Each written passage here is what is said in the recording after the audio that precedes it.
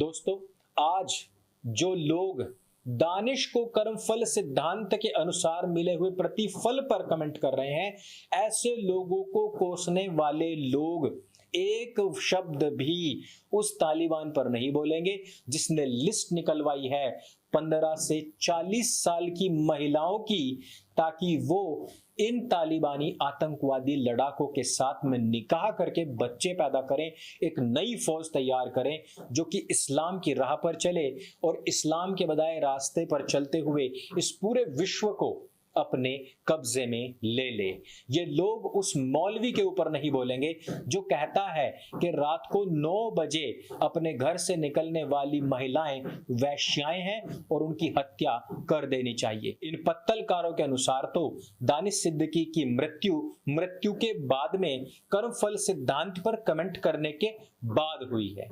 अब इस लॉजिक में क्या निकलता है ये तो आप खुद ही सोच सकते हैं, लेकिन आज तालिबान पर बोलना बहुत जरूरी है। दानिश सिद्दीकी के लिए ये विधवा विलाप करने वाले लोगों पर बोलना बहुत जरूरी है। लेकिन उससे पहले हम जानेंगे कि इस्लाम का इतिहास क्या रहा है इस प्रकार के विधवा विलाप के पीछे और इस प्रकार के विक्टिम कार्ड खेलने के पीछे। तो इस वीडियो में हमारे साथ में बने रहिए, आज इसी पर लंबी चर्चा होगी।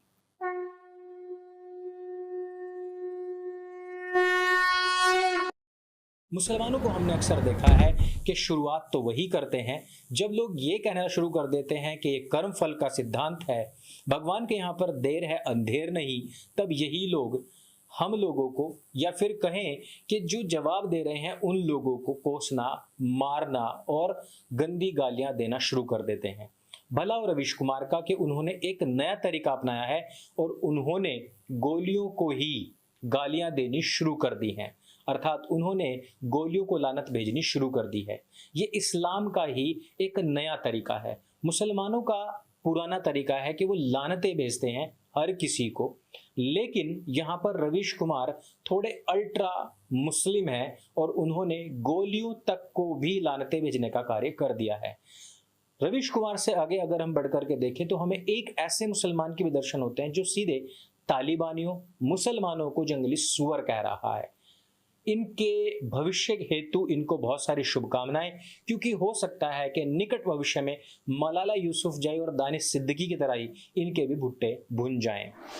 दोस्तों, मुसलमान हमेशा पहल करता है हमले करने की, गंदी बात करने की या फिर बिलो द बेल्ट हमले करने की। जब उसका जवाब दिया जाता है तो यह रोना और चीखना शुरू कर देता है। दानिश सिद्दीकी पर बात करने से पहले हमें थोड़ा सा पास्ट में देखना चाहिए। हमने देखा कि किस प्रकार से भारतवर्ष में मुगलों के हमले हुए, जब मुसलमानों को मारा गया तो वो कुरानी कस्में खाने लग गए, अपने अल्लाह की कसम खाने लग गए और किसी भी तरीके से जान बचाकर भागने लग गए। पृथ्वीराज चौहान के समय में 16 बार हमने इसी बात को देखा है। हमने देखा है किस प्रकार से हैदराबाद के निजाम ने कुरान और अल्लाह की कसम ही नहीं खाई बल्कि 50 लाख रुपए जुर्माना भी भरा था और कहा था कि हम तो गरीब हैं जी, मर गए हैं जी, हमारी स्थिति बहुत नाजुक है जी, पेशवाओं हमें माफ कर दो। हमने देखा किस प्रकार से सीता का छिनाला नाम की किताब लिखी गई, हिंदुओं को बिलो द बेल्ट हमला किया गया, उनकी आस्थाओं पर बहुत ही अभद्र और अश्लील तरीके से हमले किए गए, लेकिन जब उसके जवाब में रंगीला रसूल लिखी गई तो मुसलमान भड़क गए और उन्होंने इस किताब के लेखक एक आर्य समाजी विद्वान की हत्या कर दी थी। हमने देखा कि किस प्रकार से डायरेक्ट एक्शन डे के नाम पर लाखों हिंदुओं को मार दिया गया था, लेकिन जब इसका जवाब देने के लिए गोपाल पाठाजी सड़कों पर उतरे तो मुसलमानों ने रोना झिझाना शुरू कर दिया और ये कहना शुरू कर दिया कि यहाँ पर मुसलमान जो हैं वो तो हमेशा से मारे जाते रहे हैं। कहने का मतलब है कि वहां पर भी मुसलमानों का विक्टिम कार्ड निकल आया था। एक तरफ तो मुसलमानों ने जबरन लाखों हिंदुओं को मुसलमान बनाया, लेकिन जब स्वामी श्रद्धानंद उनके शुद्धिकरण के लिए गए तो स्वामी श्रद्धानंद की भी गोली मार करके हत्या कर दी गई थी। आप लोगों को पता है कि 47 में इस्लाम के नाम पर एक अलग देश का बंटवारा किया गया था। फिर पाकिस्तान में रहने वाले हिंदुओं को जो कि आराम से भारत वापस आ रहे थे उनको रास्ते में रोक करके मार दिया गया था, लेकिन जब हिंदुस्तानियों ने अपना बदला लेना शुरू किया तो इन्हीं मुसलमानों ने विक्टिम कार्ड निकाल करके दिखाना शुरू कर दिया और यूएन तक ये मामला पहुंच गया था। हम और आपने देखा कि किस प्रकार से 2002 में पहले गोधरा ट्रेन को जलाया गया, जिसमें कि मासूम बच्चे, महिलाएं और बुजुर्ग थे। उनके गेट बंद करके अंदर पेट्रोल डाल करके पहले आग लगाई गई, और जब हिंदुओं ने 2 दिन के बाद में जब प्रशासन ने कुछ भी नहीं किया और उन्होंने कहा कि अब इसको और बर्दाश्त नहीं किया जाएगा, तो इस मामले को भी मुसलमानों ने यूएन तक पहुंचा दिया और इसमें भी विक्टिम कार्ड निकाल कर दिखाना शुरू कर दिया। अर्थात शुरुआत हमेशा इन्होंने की, लेकिन उसका प्रत्युत्तर मिलते ही रोना झिझाना भी मुसलमानों ने शुरू कर दिया हमेशा ही। हमारे मुजफ्फरनगर में भी पहले एक लड़की को छेड़ा गया, उसके बाद में जब उसकी जवाबी कार्रवाई हुई तो उसके बाद मुसलमानों ने मुजफ्फरनगर में भी इसी प्रकार का विक्टिम कार्ड खेलना शुरू किया और मामले को आजम खान ने कहा कि हम यूएन तक लेकर के जाएंगे। भारतवर्ष में हुए जितने भी दंगे हैं, फसाद हैं, हिंसाएं हैं, जितनी भी हिंसक घटनाएं हैं, इन सब की शुरुआत मुसलमानों से ही हुई है। दिल्ली में आपने देखा किस प्रकार से तकरीबन 60 लोगों की मृत्यु हुई, जिसमें बाद में बताया गया कि आंकड़ा मुसलमानों का भारी, अर्थात मुसलमान लोग ज्यादा मरे हैं। लेकिन अगर हम इसकी जड़ में जाएं तो पहले एक ऐसा कानून आया था जिससे कि भारतीय मुसलमानों की नागरिकता को कोई भी नुकसान नहीं था। इससे केवल घुसपैठिए और उन आदमखोर लोगों को बाहर निकालना था जिन लोगों ने भारत की अर्थव्यवस्था ही नहीं बल्कि यहाँ की मानवता को भी अपनी हिंसक प्रवृत्ति के चलते शर्मसार किया था, तार तार किया था। साथ ही साथ उन गैर मुस्लिम सभी लोगों को भी भारत की नागरिकता देनी थी जिनको पाकिस्तान, अफगानिस्तान, बांग्लादेश में मारा गया, सताया गया, कन्वर्ट किया गया या फिर उनकी बहन बेटियों को उठा करके उनके साथ में दुष्कर्म कर लिया गया। लेकिन उसके नाम पर भी भारतवर्ष में दिल्ली में सेंटर में हिंसा फैलाई गई और फिर बाद में उसके नाम पर भी विक्टिम कार्ड खेला गया, जबकि इनके लोगों ने खुलेआम कहा कि हिंदुओं से नफरत के चलते हमने इस हिंसा को किया है। आपने देखा कि किस प्रकार से अटल हो, सुषमा स्वराज हो, जेटली हो, मनोहर पारीकर हो, या फिर दूसरे स्टेप पर हम देखें कि चाहे कश्मीर में बलिदान हुए हमारे सैनिक हों, चाहे गढ़चिरौली में बलिदान हुए हमारे सैनिक हों, इन सब के बलिदान पर भी खी दांत दिखाने वाले ये ही लोग मुसलमान लोग ही थे।